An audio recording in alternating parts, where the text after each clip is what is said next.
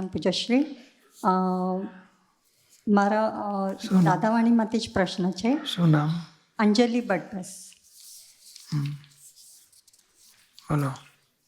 એ પ્રશ્નનો ઉત્તર આવી ગયો છે પૂજ્યશ્રી. હું બીજો પૂછી લઉં. દાદાવાણીમાંથી જ છે પૂજ્યશ્રી. દાદા કહે છે કે તું પુસ્તકો વાંચીશ નહીં અને કશું જાણીશ નહીં તોય મને વાંધો નથી, પણ તું નિખાલસ થા, સાચો નિખાલસ થા. પછી નિખાલસને શોભે એ જ્ઞાન બધું એમના એમ ઉદ્ભવશે. બરાબર છે. એ થોડુંક સમજવું છે. નિખાલસ નથી કહેતા ભાઈ. નિખાલસ એટલે સરળતા હોય એનામાં. એ જૂઠું કંઈ ખોટું બન્યું તો તરત કહે મારાથી હા થઈ ગયું તો મારાથી ભૂલ થઈ જાય. રક્ષણ બક્ષણ ના હોય, ચોખ્ખો આમ નિખાલસ એટલે એનું એ કે મુક્ત જ હોય. એ ખોટું કરી ના શકે અથવા તો થઈ ગયું હોય તો ખુલ્લું કરી નાખે. એ છુપાવવાનું કશું હોય જ નહીં. ઓપન ટુ સ્કાય દરેક વસ્તુ. નિખાલસ નથી એકદમ કે ને આપણે સાધારણ વાત કરી બધું ચોખ્ખું કહી દીધું એણે કે ગોટાળું ખાનગી રાખતો નથી કે છે નિખાલસ છે એમ. એટલે ચોખ્ખું જ રાખે બધું. દાદાને માટે કહે ને કે એ નિખાલસ એમનું હાસ્ય એનો પડઘો પડે કે આ કેટલા બધા નિખાલસ છે, મુક્ત હાસ્ય છે, કાંઈ ઢાંકતા નથી, સિક્રેસી નથી, મુક્ત દશામાં છે. એ નિખાલસ પદ કહેવાય. નિખાલસપણું એટલે આમ કહે ને કે ક્યાંય એ હાઈડ કરવાનું ના હોય કે આ મારે કેવું નથી હું આટલું હાંચવી રાખીશ ને કોઈ પૂછે તો આપણે વાત કરવી જ નથી. ખોટું કપટ ના હોય, પછી માન એટલે ગુરુતા ના હોય, એ લાલચ કંઈ જોઈએ છે એવું ના હોય. બધે બધા કચરા ના હોય એમનામાં, કોઈ કશાયના કચરા. ચોખ્ખા એકદમ. હૃદય નિર્મળ અને બુદ્ધિ અહંકારની દખલ જ ના હોય. મમતા લોભ કશું ના હોય. એ હાર્ટીલી પ્યોર હાર્ટીલી હોય, પ્યોરિટી હોય. પ્યોરિટીથી ખરેખર તો પ્યોરિટી એટલે ક્રોધ માન માયા લોભ ખલાસ થાય એને પ્યોરિટી કહેવાય. અને એનાથી આગળ ટ્રાન્સફરન્સી સુધી પહોંચેલા હોય એટલે મૂળ નિખાલસ. આ લોકો રિલેટિવમાં નિખાલસ કે ઘણી બધી કોઈ લાલચ નથી, કાંઈ જોઈતું નથી એવા દેખાય એ નિખાલસ કે. પણ દાદા તો એબ્સોલ્યુટ સ્ટેજે પહોંચેલા એટલે નિખાલસ, સંપૂર્ણ નિખાલસ થયેલા, રિયલી પણ નિખાલસ. એટલે આ બધું વ્યવહારિક નહીં પણ નાનીની દ્રષ્ટિએ કોઈ પ્યોરિટી, કમ્પ્લીટ પ્યોરિટી. તો અમે મહાત્માઓ માટે પૂજ્યશ્રી હવે તમને પ્રતિથી બેસાડી છે. હવે જેમ જેમ તમે જ્ઞાનમાં આગળ વધશો એ દશા દાદા જેવી પહોંચશો તમે. તો એ અમારી બુદ્ધિ જેવી ખાલી થાય એવી હાર્ટીલી પ્યોર. હા, પ્યોરિટી વધતી જશે. કશાય રહિત દશા એટલે પ્યોરિટી વધતી ગઈ. જય સચ્ચિદાનંદ. જય સચ્ચિદાનંદ. જય સચ્ચિદાનંદ પૂજ્યશ્રી. હેમા, ઓહાયો. મારો ક્વેશ્ચન પ્રાર્થના ઉપર છે. પ્રાર્થના એટલે શું? એ વિચાર છે કે જે આપણે પોતાના મનની શાંતિ માટે કરીએ છીએ, ભાવ છે કે જે આપણને કર્મથી બાંધી દે છે, કે કોઈ પોઝિટિવ એનર્જી છે કે જેમાં કર્મના ડિસ્ચાર્જને ચેન્જ કરવાની સ્ટ્રેન્થ હોય છે? એટલે ભાવ જ છે. એ ભાવ એવો છે કે આપણે સામા માણસને દુઃખ થાય છે તો આપણે પછી ઇમોશનલ થઈએ, શું કરું, કેવી રીતે કરું, કેવી રીતે શાંતિ થાય, શું થશે, નહીં થાય તો એ બધું ઇમોશનલપણું કંઈ હેલ્પફુલ થતું નથી. એટલે બેટર છે કે એને જો પ્રાર્થના કરીએ છીએ તો આપણે એક પોઝિટિવ એવિડન્સ મૂકીએ છીએ ભાવનો કે બિચારાને આ દુઃખ મટી જાય, એને ક્ષમતા રહે, સાચું સોલ્યુશન મળે, શાંતિ થઈ જાય. તે પોઝિટિવ ભાવ મૂક્યો. પોઝિટિવ ભાવ પોઝિટિવ એવિડન્સ ભેગા કરે અને પોઝિટિવ રિઝલ્ટ આવે. એટલે વન ઓફ ધ એવિડન્સ છે ભાવ પ્રાર્થના રૂપે. ઘણી વખત કોઈ આપણને દુઃખ આપી જાય તો આપણને દ્વેષ થઈ જાય કે આવો છે તેવો છે, મને આમ તો કે ના, આપણે એને અવળા ભાવ કરવા નથી. એને સદબુદ્ધિ આવે, કોઈને આવા દુઃખ ના આપે, ક્ષમતા ભાવે વ્યવહાર પૂરો કરી શકે એવી શક્તિ આપો. એને પ્રાર્થના કરીએ એની માટે તો આ દ્વેષ મટી જાય આપણો પ્રાર્થના કરવાથી. અથવા ઇમોશનલપણું મટી જાય એની માટે સદભાવના કરી અને સારી ભાવનાથી સારા એવિડન્સ ભેગા થશે અને સારું રિઝલ્ટ આવશે. એટલે એ ભાવ બહુ મોટો one of the positive evidence છે આખો. તો પૂજ્યશ્રી, એ પ્રાર્થના કંઈ કર્મ નથી કે પછી કંઈ પોઝિટિવ એનર્જી. પોઝિટિવ એનર્જી કહો તો ચાલે. એક જાતનો ભાવ છે, લાગણી છે એક જાતની કે મારે એને દુઃખ ડાયરેક્ટ મટાડી શકતો નથી તો હું પ્રાર્થના રૂપે એને હેલ્પ કરું છું. આવી રીતે પ્રાર્થના એને એવિડન્સ ભેગા કરી આપે ઘણાને સમજણ ના પડતી હોય, ઊંધું બોલતા હોય, વિરાટ ના કરતા હોય, તો પ્રાર્થના કરે કે એને સાચી સમજણ મળે, સાચા નિમિત્ત મળે, એને આવી રાધક ભાવ છૂટી જાય, આરાધક ભાવ સારું થાય. પ્રાર્થના. અને પ્રાર્થના મોઢે બોલવા કરતાં, વર્તનથી કંઈ હલાવવા કરતાં વધારે પાવરફુલ હોય છે. અને એ પ્રાર્થના સફળ થાય પછી સંજોગ એવા મળે, સાચી સમજણ મળે, પેલા ઊંધામાંથી છૂટી જાય. તો જો પ્રાર્થના નિમિત્ત હોય તો એનું મતલબ એવું કે સામાનું કર્મ હોય તો જ એ નિમિત્ત હા, એ બની કોઈ શકે. પ્રાર્થના કરે અને એનું હોય તો જ એ પ્રાર્થના સફળ થાય, કારણ કે બધી પ્રાર્થના સફળ થતી નથી. એનો વાંધો નહીં, આપણા તરફથી કરવાની છૂટ છે. પછી સામાનું નિમિત્ત હશે તો મારથી પ્રાર્થના થશે એવું રાખવાની જરૂર નથી. એ ખરેખર એ સાચી વાત છે કે એનો હિસાબ હોય ને તો જ એ ફળ, એને ચીકણું કર્મ હોય ને તો પ્રાર્થનાનું રિઝલ્ટ દેખાય પણ નહીં. એ દુઃખી દુઃખ જ એને ભોગવનાર આવે. તોય પણ આપણો પ્રાર્થનાનો પોઝિટિવ એવિડન્સ અને વારંવાર પ્રાર્થના થાય છે એટલે કંઈક એને અંશે હેલ્પ થશે. આખી એને હિસાબ ચોક્કસ છે કે એ આપણો એક એવિડન્સ છે, પણ એના ઘણા બધા એવિડન્સમાં વન ઓફ ધ એવિડન્સ આ પણ છે. અને result of scientific circumstantial evidence પછી જે રિઝલ્ટ આવે એનો હિસાબ પૂરો થયો કહેવાય. એટલે પૂજ્યશ્રી, આ મારો ક્વેશ્ચન બીજાના માટે જ પ્રાર્થનાનો હતો, કોઈ વ્યક્તિ માટે કે કોઈક વખત આપણાથી કમ્યુનિટી વાતે પ્રાર્થના થઈ જાય, કોઈ ડિઝાસ્ટર હોય ત્યારે પ્રાર્થના થઈ જાય, અથવા કોઈક એવા સંજોગો હોય કે બધા બહુ જ લોકો દુઃખી થતા હોય તો પ્રાર્થના થઈ જાય. તો એ પ્રાર્થના કરવી જોઈએ કે નહીં? એ આપણને બાંધી દે એ બધા સાથે? ના, આ બાંધામાં ના. તમારે જો એક્ઝેક્ટ ગોઠો હોય તો હેમાબેનને કહો, હેમાબેન પ્રાર્થના કરો, એટલે તમે સેફ સાઈડ થઈ ગઈ કાયમની. જય સચ્ચિદાનંદ પૂજ્યશ્રી. જય સચ્ચિદાનંદ પૂજ્યશ્રી. ચંદ્રવદન પટેલ, બોલો. ચેતના રાજપરા. હમ. પ્રકૃતિ ઉપર ઘણું આપણે આ વખતે ડિસ્કશન થયું. ચેપ્ટર એ જ હતો સવાલ બીજી છે આપતવાણીનો. કે પ્રકૃતિનું બંધારણ સંજોગોના દબાણના આધારે થાય છે, તો સંજોગો ભાવના આધારે મળે છે, તો ભાવ પહેલાં થાય કે સંજોગો પહેલાં ઉત્પન્ન થાય અને એ પ્રમાણે પ્રકૃતિ બંધાય? એ ભાવ અને સંજોગની પહેલા અજ્ઞાનતા છે. એ અજ્ઞાનતાથી પછી ભાવો ઊભા થાય છે. હવે ભાવો પાછા એમને એમ નથી થતા કે જે પ્રકૃતિ ડિસ્ચાર્જ થાય છે એટલે પછી એને એ ડિસ્ચાર્જના ઉપર એને દેખાય છે કે આ ખરાબ છે, આ સારું છે, એટલે ભાવ થાય છે.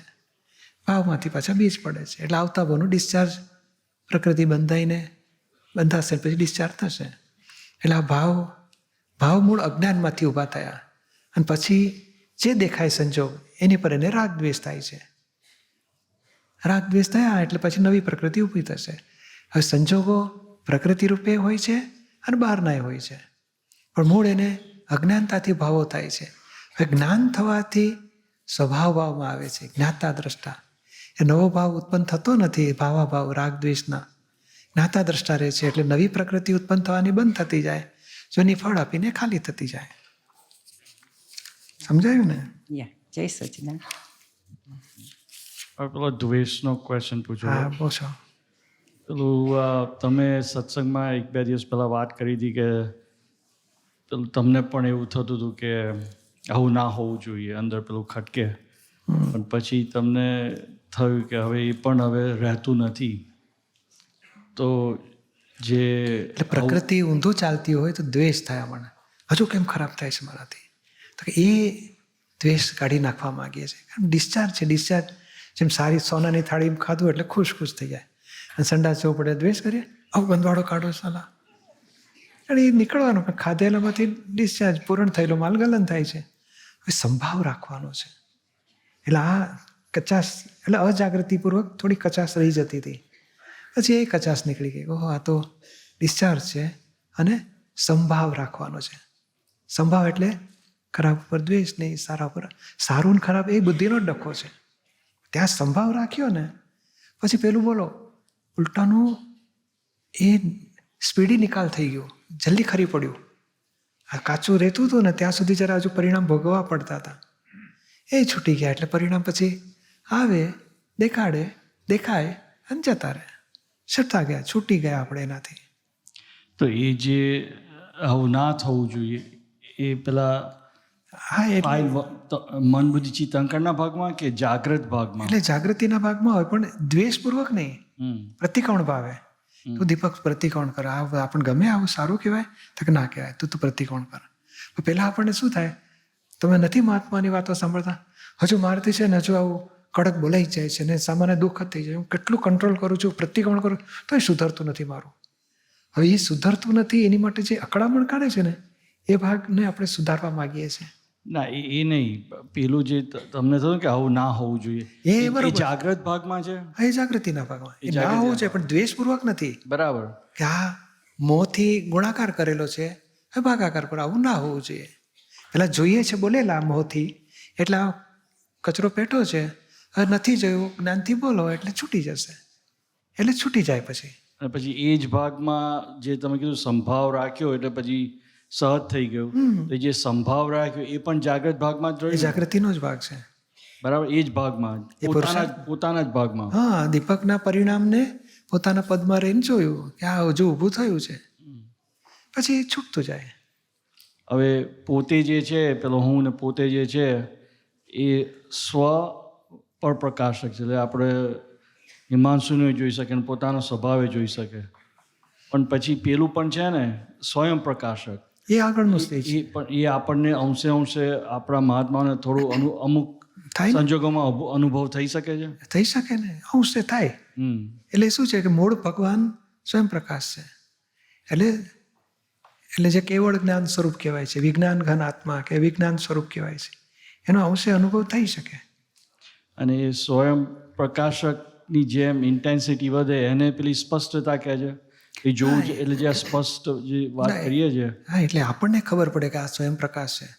નિરૂમા કહેતા હતા ને કે અમને આ વેદના તો હજારો માઇલ દૂર દેખાય છે, અમને અડતી જ નથી, પણ મૂળતાના મૂળ સ્વરૂપમાં આવ્યા, સ્વયં પ્રકાશમાં. એટલે એ ભાગને કહેવાય છે ને જે સ્વયં પ્રકાશક, એની એટલે દાદા ભગવાન જોડે અભેદ થયો કહેવાય એટલો કાળ. કેવું હોય, લાખ પર્યાયમાંથી એક વખત. બરાબર, એ છે, શક્ય છે. એટલે આ શું છે, કેવળ જ્ઞાન આપણે શું છે એને સમજી રાખો.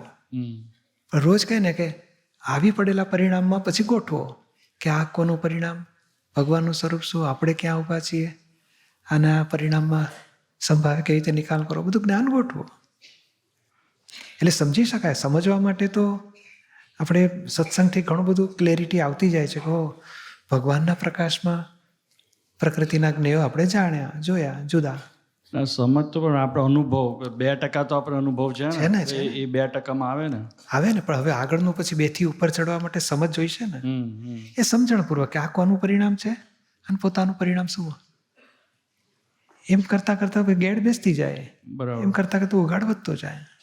અને પેલા બેન જો તમે પેલી પર્યાયની વાત કરી ને ફેઝિસની, તો એ બરાબર તમે એક્સપ્લેન કર્યું કે ડિટેલમાં, પણ એની સ્પીડ પણ હોય છે, એની સમય, એટલે એ સ્પીડમાં પણ એ ડિટેલમાં જોયું હોય એટલે એની સ્પીડ વધતી જાય, એટલે છૂટું રહ્યું એટલે વધતી જાય. હવે તમારે નહીં, આંખનો કોઈને પ્રોબ્લેમ આવે, તમને કેટલા પર્યાય ઊભા થાય, આટલા તમે 20-25 વસ્તુ કહી શકો. અમને થાય કે આંખમાં દુખતું હતું એટલું જ, અમને બીજી લાંબી ખબર જ ના પડે કે તમે અનુભવ નથી, તમે ડિટેલમાં ગયેલા છો, સ્ટડી કરી કરી કરી કરીને what are the positive negative, કારણ આ પરિણામ, આ કારણ આ પરિણામ, કેટલું બધું એનાલિસિસ કરે છે, એ તમને 50-100 પર્યાય ઊભા થાય. ના, પણ પર્યાયમાં કેટલું દેખાય છે, કેટલી ઇન્ટેન્સિટીમાં દેખાય છે અને કેટલું ઝડપથી દેખાય છે, ત્રણ જુદી વસ્તુ છે. બરોબર છે, પણ એ અનુભવીને બધું થઈ શકે એમ. ઝડપથી દેખાય, ઇન્ટેન્સિટી ડિટેલ હોય અને ઘણું બધું પણ હોય. પણ એટલું જેટલું છૂટાપણું હોય એના ઉપર એ આધાર પડે છે. હા, તમે કેટલું સ્ટડી કરીને એનાથી બહાર નીકળેલા છો એના ઉપર આધાર છે. એટલે બંને પેલું છૂટાપણું ને સ્ટડી અને છૂટાપણો. બરોબર છે. બરાબર. હા, જય સચ્ચિદાનંદ. જય સચ્ચિદાનંદ. જય સચ્ચિદાનંદ પૂજ્યશ્રી. બોલો.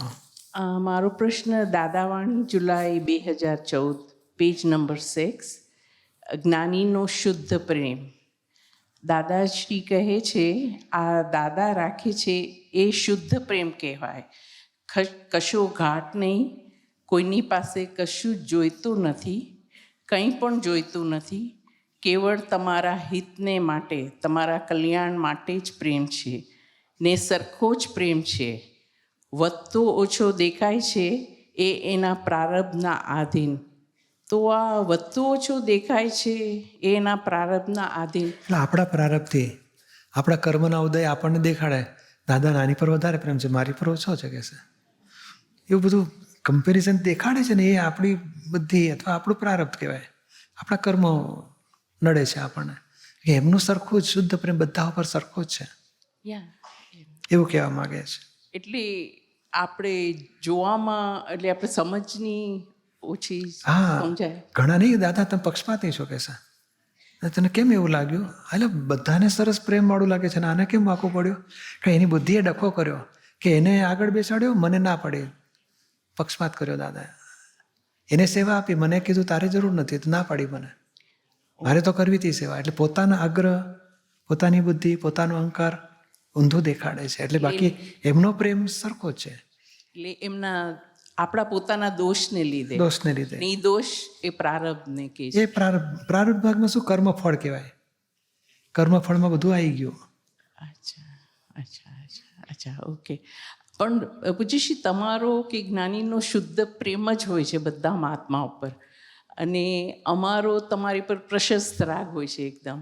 બરાબર. એમાં ઓછું વધતું થાય ખરું? કારણ કે ઘણીવાર પ્રશસ્ત રાગમાં આમ સંતોષ જ ન દેખાય. આટલા દર્શન કરીએ તમારા તો એ આમ લુખું ને લુખું જ લાગ્યા કરે છે. એટલે સહજ ભાવે રહેવું. આપણે આ બુદ્ધિ વાપરે ને, જો આ લોકોને તો ઉપર બોલાયા, અમે તો અમારા જીવન કોઈ વેલ્યુ જ નહીં, અમે કેટલું મરીને કામ કરીએ છીએ, અમે નોંધ જ નથી કરતા. એટલે બધું બુદ્ધિ નહીં વાપરવાની.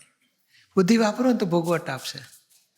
એને બદલે સહજ ભાવે રહો, અને કોકને મળતું હોય તો એપ્રિશિએટ કરો, કેટલું ભાગ્યશાળી, કેટલું સરસ મળ્યું, કેટલું સરસ કરે છે. સૌને મળો, તમારા અંતરાય તૂટશે. એટલે રીત શીખી જાઓ કે આ રીતે આપણે પ્રગતિ કરી શકીશું, આપણને દર્શને મળશે, આશીર્વાદે મળશે, બધી પ્રગતિ થશે. ઓકે, એવી શક્તિ આપો કે હંમેશા પોઝિટિવ રહે. જય સચ્ચિદાનંદ. જય સચ્ચિદાનંદ. જય સચ્ચિદાનંદ પૂજ્યશ્રી. બોલો. મારો સવાલ છે કે અક્રમ એટલે શું, જરા વિગતવાર સમજાવશો? શું નામ તમારું? શું નામ? હર્ષદ શાહ, સ્ટ્રીમવુડ. હા. અક્રમ એટલે શું? ક્રમ અને અક્રમ બે શબ્દ છે. ક્રમ એટલે સ્ટેપ બાય સ્ટેપ આગળ વધવું, અને અક્રમ એટલે સ્ટેપ વગર સીધું ડાયરેક્ટ જ. જેમ 12મે માળે જવું હોય તો દાદરા ચડીને પણ જવાય ને, યસ. અને આ લિફ્ટમાંય જવાય. આ લિફ્ટ જેવો રસ્તો આમ સમજી શકાય એવો. એટલે બીજી રીતે શું છે, ક્રમિક માર્ગ એટલે શું? તપ કરો, ત્યાગ કરો, ધ્યાન કરો, ભક્તિ કરો, કરતાં કરતાં ત્યાગ કરે ને એટલે પરિગ્રહ છૂટ્યો, એટલું મમતા ઓછી થાય, એટલો અહંકાર ઓછો થાય. એમ કરતાં પછી બહારના પરિગ્રહ છૂટ્યા પછી અંદરના છોડવાના. ક્રોધ છે, મોહ છે, માન છે, લોભ છે, બધું છોડતા ઠેઠ છેલ્લે આત્મા અહંકાર એટલો બધો ચોખ્ખો થાય કે જેમાં ક્રોધ, માન, માયા, લોભ, રાગ, દ્વેષ કશું નથી રહ્યું. ત્યારે આત્મા સાક્ષાત્કાર થાય. ક્રમે ઉપર ચડવું પડે. એ ક્રમિક માર્ગ. અને અક્રમ એટલે શું? ક્રોધ, માન, માયા, લોભ છે, પરિગ્રહ છે, વાઈફ, છોકરા, ઘર, બંગલો, ફેક્ટરી બધું છે. ફક્ત જેમ 50 ડબ્બા અને એન્જિન હોય તો એક ડબ્બાને છોડતા 50 છૂટે ત્યારે એન્જિનનો મોક્ષ થાય. ક્રમિક માર્ગ.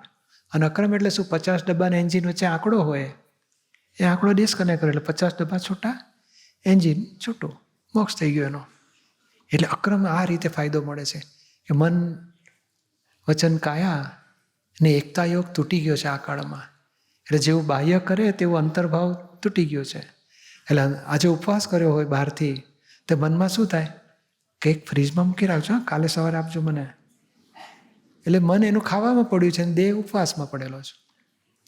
એટલે એકતા તૂટી ગઈ છે. એટલે એવા કાળમાં કુદરતી રીતે અક્રમ ઊભું થયું કે અંદર તૂટી જ ગયું છે, છૂટું જ પડ્યું છે. તો હવે આખું છૂટું પાડી દો કે મન, વચન, કાયા બધું, બુદ્ધિ, ચિત્ત, અહંકાર બધું દીપકનું.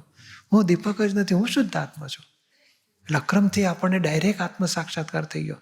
હવે આ દીપક નામનું પૂતળું છે, એમાં ક્રોધ, માન, માયા, લોભ, રાગ, દ્વેષ, વાણી, વિચાર, વર્તન બધું છે.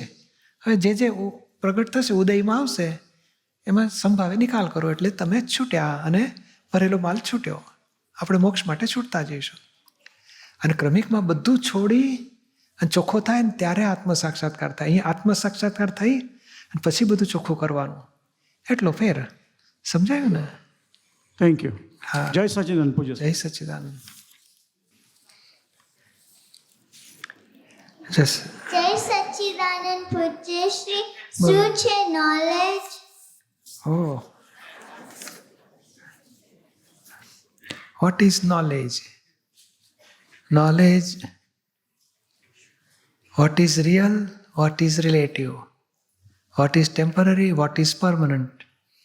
એનું નામ knowledge. If you know what is temporary and what is permanent, it is called knowledge. Real knowledge. Worldly knowledge is different thing. But the real knowledge is what is temporary, what is permanent. We have to realize permanent thing, it is real knowledge. ક્યાં છે? હા. Yes. જય સચ્ચિદાનંદ. My second question is શું છે Moksha?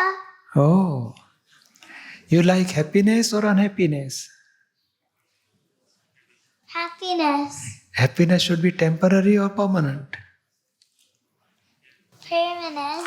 Oh, permanent happiness is a moksha. All the time, anything happen, we can remain in permanent happiness is a moksha. Understood? And how we can achieve that moksha? By right, real knowledge, we can get permanent happiness all the time. જય સચ્ચિદાનંદ. Jai Satchidanand.